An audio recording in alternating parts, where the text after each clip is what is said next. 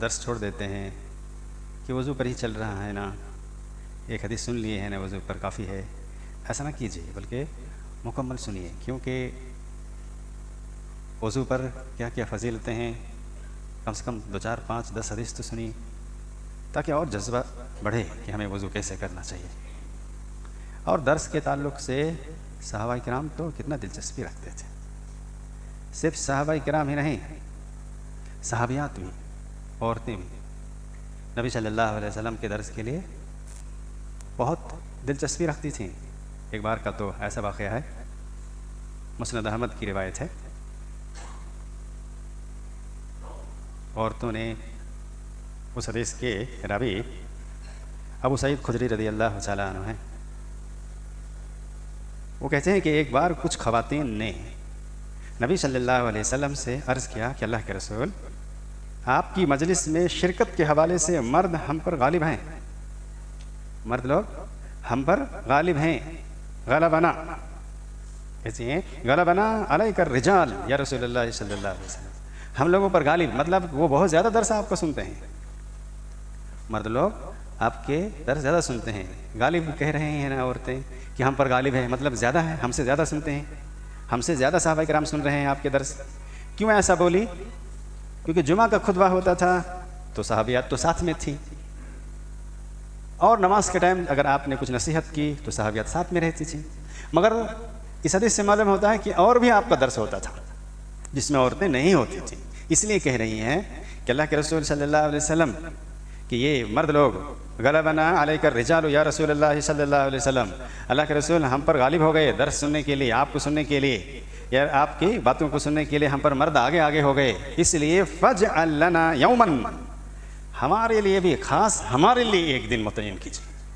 کتنا شوق رکھتی تھی عورتیں، کتنا شوق رکھتی تھی. کہتے ہیں کہ اللہ کے رسول فاجعل لنا یوما یا رسول اللہ صلی اللہ علیہ وسلم، اللہ کے رسول ہمارے لیے خاص، ہم لوگوں کے لیے، ہم عورتوں کے لیے ایک دن خاص کیجیے. مرد لوگ سن رہے ہیں الگ سے، اس لیے ہمارا بھی ایک الگ کیجیے. کتنا شوق، کتنا ذوق تھا درس سننے کے لیے. مرد بھی اور عورتیں بھی، خالی مرد ہی نہیں عورتیں بھی. ہماری بہن بیٹیوں کو بھی چاہیے کہ عورتیں درس میں رہیں، درس سنیں. تو کیا کہتے ہیں کہ ایک دن ہمارے لیے بھی متعین کیجیے اللہ کے رسول، نأتیک فیہ فباعدہن میعادا، جس میں ہم آپ کے پاس آیا کریں. وہ ایک دن ایسا ہو جو ہم لوگ آپ کے پاس آیا کریں اور آ کر آپ کو درس سنیں. وہی اردو میں ایسا ہے کہ اللہ کے رسول ایک دن مقرر کیجیے. نبی نے ان کے لیے ایک وقت مقرر کر دیا. انہوں نے ایک دن کا موقع کہ ہمارے لیے الگ سے ایک دن کیجیے.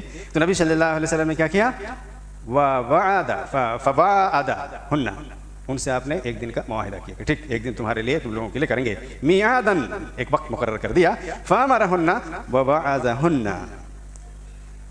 پھر آپ صلی اللہ علیہ وسلم ان کو اس بات کا حکم دیا. ان کو اکٹھا ہوتی تھی اور آپ صلی اللہ علیہ وسلم وہاں پر درس دیتے تھے. کس کو؟ خاص عورتوں کو. ایک دن خاص کر کے عورتوں کو. یہ حدیث ہمارے نوجوانوں کو یاد رکھنا چاہیے. 10/8/69 10869 مسند احمد کی ایک روایت ہے، 10869 حدیث نمبر ہے، وہ مل جائے گی آپ کو کتاب میں.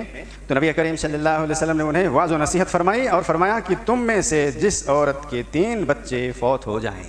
راوی کہتے ہیں کہ نبی صلی اللہ علیہ وسلم نے ان عورتوں کو جو مقرر کیا، تو مجھ کو یہ بھی یاد ہے کہ ایک بار آپ نے یہ بھی نصیحت کی عورتوں کے لیے الگ سے جو درس تھا، اس درس میں یہ بھی نصیحت کی. آپ نے کیا کہا کہ جس عورت کے 3 بچے فوت ہو جائیں اس کے لیے جہنم سے رکاوٹ بن جائیں گے وہ بچے. ایک عورت نے پوچھا کہ اللہ کے رسول اگر 2 ہیں تو اس کا کیا حکم ہوگا؟ تو نبی صلی اللہ علیہ وسلم سے کہہ رہے تھے کہ اگر 2 ہوں تو، کیونکہ میرے 2 بچوں کا انتقال ہوا ہے. آپ صلی اللہ علیہ وسلم نے فرمایا 2 بھی ہوں تو بھی وہ جہنم سے رکاوٹ بن جائیں گے تمہارے لیے. اس درس میں نبی نے درس دیا اور عورت کوشچن کری، سامنے فیس ٹو فیس کوشچن کری. سوال کیا اس عورت نے کہ اللہ کے رسول میرے 2 بچے کا انتقال ہو گیا، آپ تو 3 بچے کے بول رہے ہیں، ہمارے 2 بچوں کا انتقال ہو گیا، کیا ہمیں یہ فضیلت نہیں ہے؟ اللہ کے رسول صلی اللہ علیہ وسلم نے فرمایا ہاں تمہارے لیے بھی. مطلب 2 بچے بھی جن کے انتقال ہو گئے، وہ 2 بچے ان کے لیے کیا ہے؟ رکاوٹ بن جائیں گے جہنم جانے سے. آپ صلی اللہ علیہ وسلم نے عورتوں کے مطالبے پر عورتوں کے لیے خاص ایک دن درس کا متعین کیا، آپ نے نصیحت کی اور کوشچن آنسر بھی ہوا، سامنے سوال و جواب بھی ہوا، اور سوال کر رہی تھی، نبی صلی اللہ علیہ وسلم جواب دے رہے تھے۔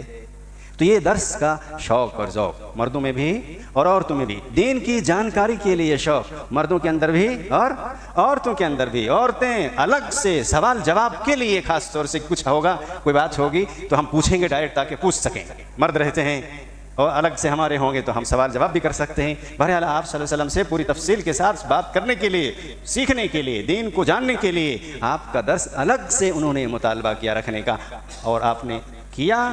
سوال جواب بھی اس حدیث کے اندر موجود ہے، یہ مسند احمد کی روایت ہے، اور یہ روایت پھر دوبارہ حدیث نمبر بتا رہا ہوں 10869، ہمارے نوجوان لوگ اس میں ضرور دیکھ سکتے ہیں، جو الاسلام ہے یا اور بھی بہت سارے ایپس ہیں۔